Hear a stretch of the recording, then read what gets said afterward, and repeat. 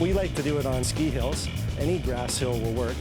Ski hills are the best though. You get a little more height, a little more speed, some more terrain to go over.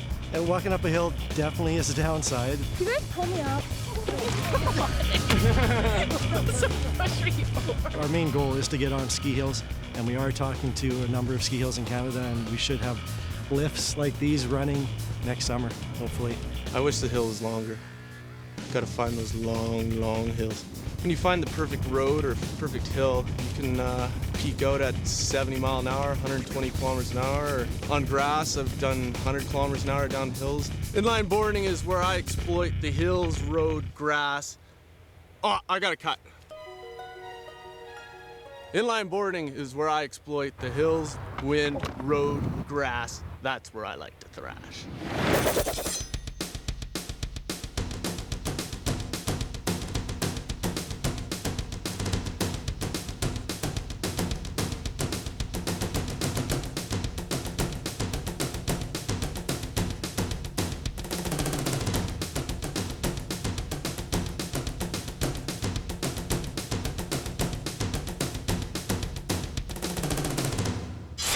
All right, now we're in front of Man's Theater. This is where all the big-time Hollywood premieres happen. Now, if I had $1 for every time we had a female, teenage, pistol-popping, fast draw champion on the show, I'd have $1. Here's Alana Bliss.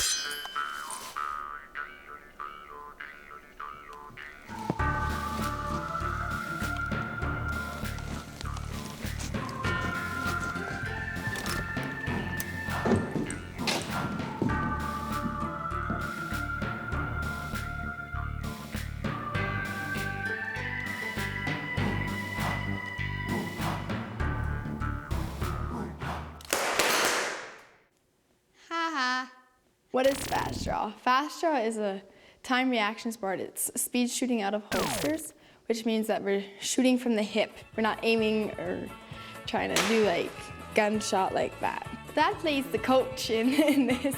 He's helped me a lot of the way through fast draw. He's taught me as much as he can. Now I'm at the point I'm teaching him.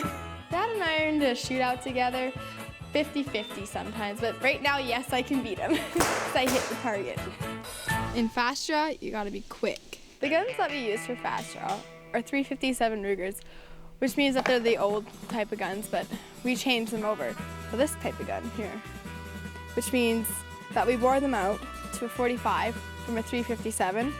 We trick them up all inside, make them aluminum, and that's pretty much what you get. There's probably half a dozen different types of targets. Most of the ones we use, there's two metal rectangular ones. One's a 14.5 by 28.5. The other one's a 20 by 40 rectangle. And then we have what they call a balloon head. They're both hooked up on custom cables and a fancy clock. And there's a trigger mechanism, so when you hit your target, it sends a signal back to the clock, and that's how you get your times right up. I hold the world record for the fastest shot ever fired by a woman, at .268 of a second. As far as intimidation on some of her boyfriends, I don't think it's ever really been an issue that they don't realize she's done it. A lot of her friends had no idea what she actually did, and they started seeing her on a few different things.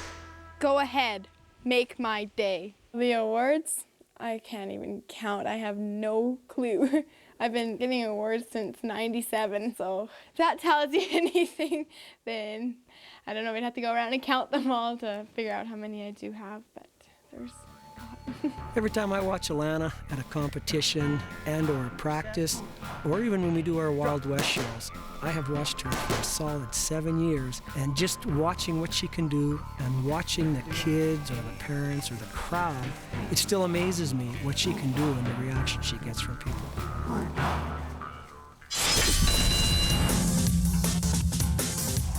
Olympic ski jumping finals, 1988, Calgary, Alberta. British ski jumper Eddie the Eagle Edwards took the Olympics by storm, putting his meager skills on display and showing the world that you don't have to win to become an Olympic hero. And what a contrast from Eddie Edwards to Matti Nuukkonen. Finnish jumper Matti Nuukkonen shows the huge difference in skill between him and the Eagle and stops the show in the process. Explosive takeoff, out, he's hanging on. Good, he's hanging on long. Hey, whoa! And he even slides the telemark. We're on the corner of Hollywood and Vine, one of the most famous intersections in the city. Behind me is the Capitol building that houses Capitol Records, probably one of the most recognizable buildings in LA. Now, we had a chance to go out to the left coast to go check out some serious action with bicycle polo. They use modified bikes and Barbie balls. I know it's a bit strange. That's why it made the show, yo. I'm Harvey. We play bike polo.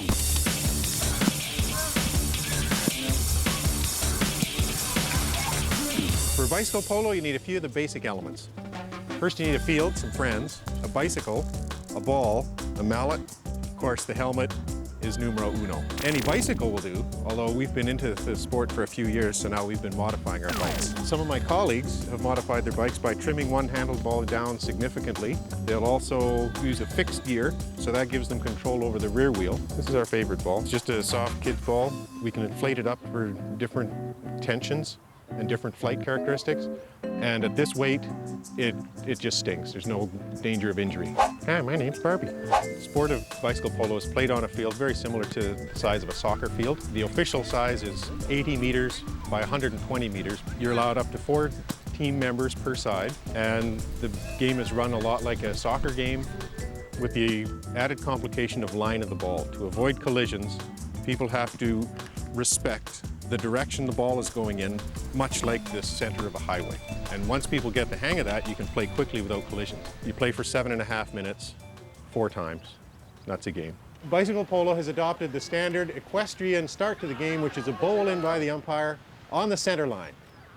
And here we go. I got him, I got him. You need team skills, keeping track of a lot of people moving around. You need bicycle skills, and I guess it takes just a little bit of aggression and wildness so you can ride a bike with one hand and wail away at a mallet with the other. So to play bicycle polo, the most important thing is keep your head up and look around and don't get fixated just on the ball.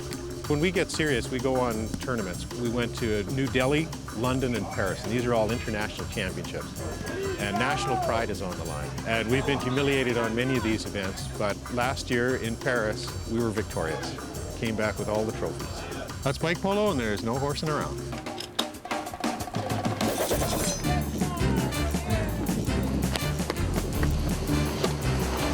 Get in, get in, get in. Ooh. Woo, that was some good B-roll. Nice job. Nice job. So that was good. We're moving on to the next location. As a Peel Regional Police Officer, we work towards a safer community. But in the off hours, we pull tug-of-war!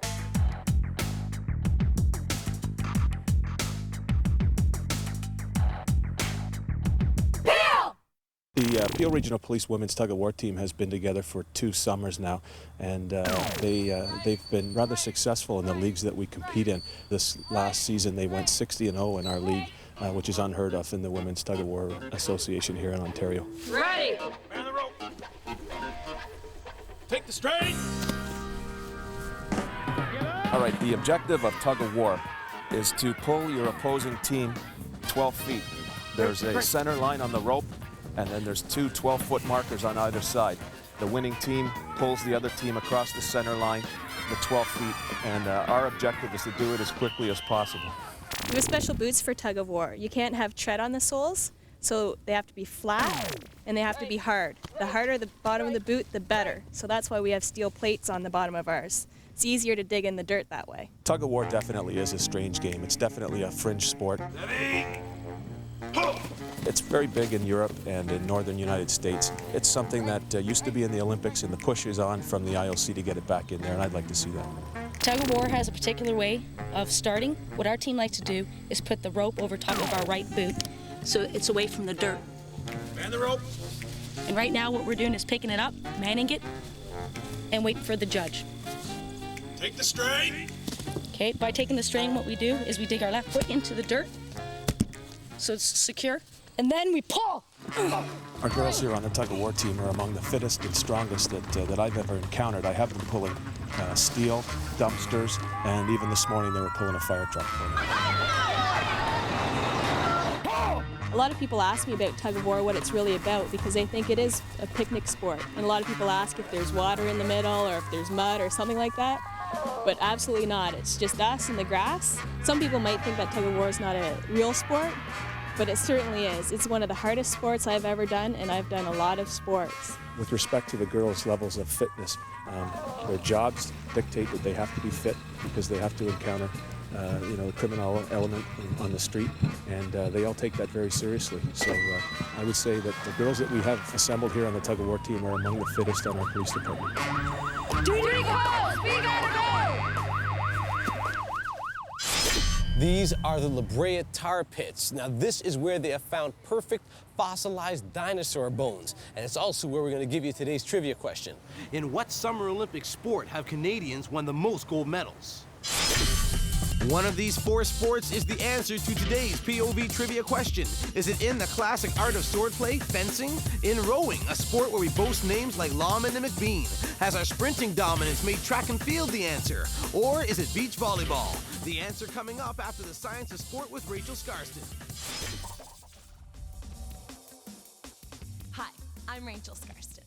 When you're stopping a line drive ball from making it to the gap in left field, or you're battling for the puck along the boards, you probably don't stop and think about the scientific principles that go into the moves you're making. But knowing something about the science of sports may actually help improve your game. Take riding the half pipe at your local skate park, for instance. Thrill seekers, take note. Looks pretty cool, feels a little dangerous, and it's a whole lot of fun. Oh yeah, and it also has a little something to do with the scientific concept of centripetal force. Watching those awesome aerial moves by skaters working the half pipe makes us all want to get out there and give it a try. The McTwists and turns are thrilling to experience. But wait a minute, there may be a few forces working against you as you try to reach for the sky. One concept to know about is something called centripetal force. This is a force that pulls a rotating or spinning object towards a center or mass. In other words, as you move along the flat section of the half pipe, this force wants to keep you there. It makes it difficult for you to gain speed to reach the top of the arcs. Well, no centripetal force is going to stop a dedicated skater. The solution? Pumping. Everyone knows when you're on a swing, you need to pump your legs forward and back in order to make the swing go higher and faster. Here's a little tip between you and me. The same concept goes when you're on the half pipe. For best results, you need to pump your legs just like you're on a swing. But how do you do this? Well, as you move through the bottom of the pipe, you need to crouch down low. When you reach the sloped parts, raise your body up. This moves your body's center of mass upwards, gaining energy and speed along the way. The energy is used to move the body forward and upward, just like being on a swing. So pump your way to the sky. Now all you have to think about is turning. Oh, and staying on the board. So remember, knowing the scientific principles behind the moves that you do will help your body soar higher and dive deeper. I'm Rachel, and may the force be overcome. The centripetal force, that is. And now your answer. Canada has won the most gold medals in the Summer Olympic sport of track and field. Canada has won 13 gold medals in athletics and will be gunning for more in 2004. Now, California is famous for its beaches. And if you look over here, this is Will Rogers State Beach, just near Malibu, home to some of television's most famous beach shows. There's Baywatch. It's time to handle official business. NHL tilt between the Pittsburgh Penguins and Florida Panthers. The Birds are threatening. By the Penguins, Sandstrom to the line, kept out by Van Beesbrook. That puck was on the line. Pens forward Thomas Sandstrom attempts a wraparound on Florida keeper John Van Beesbrook. It goes between his legs, but does the puck go in? Look closely, then start taking care of business.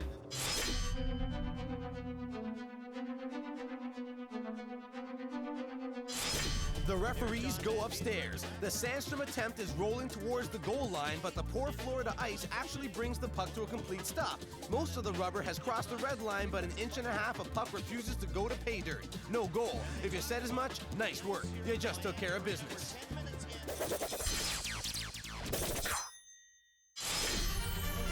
The POV Jersey Hall of Fame. Brought to you by badly dubbed martial arts films. Action good, voice sync bad. Welcome to the Jersey Hall of Fame. I'm still Joseph Motiki. I'm wearing the colors of the Bonnyville Pontiacs of the Alberta Junior Hockey League. Bonnyville is a Bonny town located 2.5 hours north of Edmonton with a Bonny population of 6,000 people. This season, the Pontiacs are looking to better last year's 20-point improvement in the standings, and they gave me this autograph stick. So, today's Jersey Hall of Fame celebrates Bonnyville, Alberta, courtesy of the Bonnyville Pontiacs.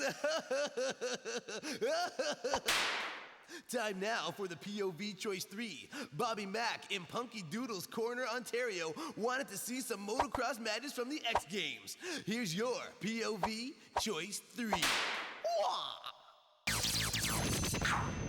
When it comes to motocross at the X Games, it's not about being stupid, it's all about getting stupid.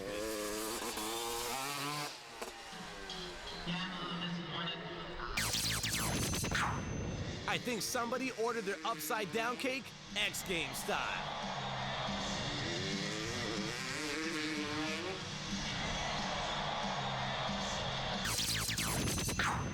Crazy isn't just a state of mind, it'll get you top marks in this competition.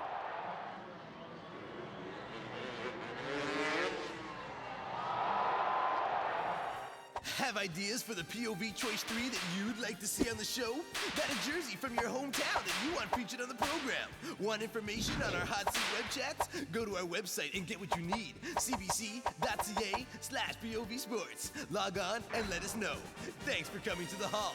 I'm still Joseph Motiki.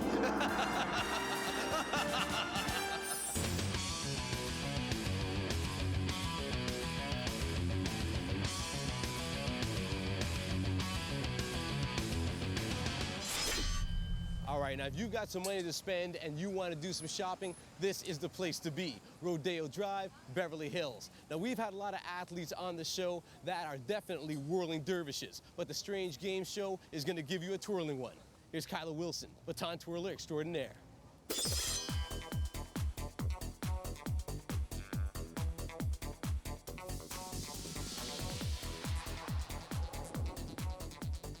Baton twirling is basically a sport which a lot of people don't understand. They don't know why it's a sport. They think it might be like an art.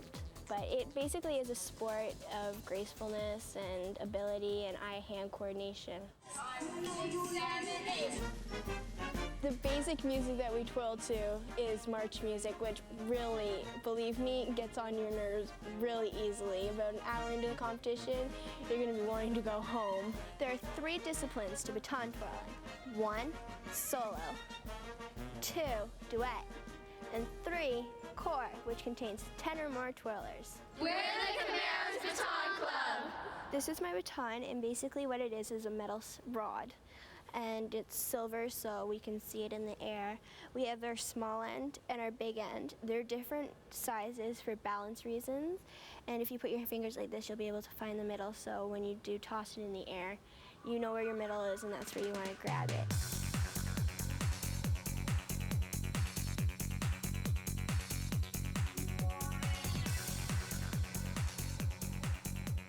Here are some of the tricks you'd see at a baton competition.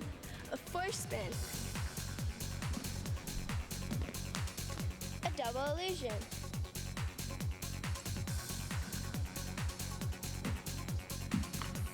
A twirl section.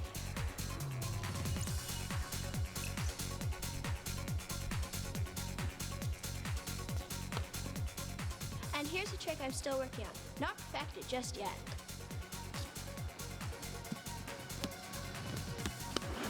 Take 2.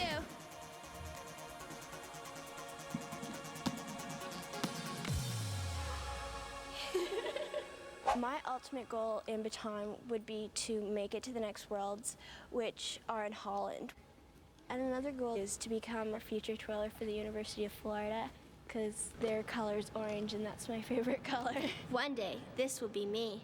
This is my mom, also my coach, and, well, my mom, and she really helps me sometimes, and sometimes she gets on my nerves. Pull up, Good. Having my mom as a coach is a good thing because she knows what I want to achieve in baton, so she pushes me to that limit. But in some ways, it's not good because she lives with me and we argue about baton probably 24/7. Or you're not going to get your follow through down the arm as smooth as it should. This is my freestyle. I won provincials with this.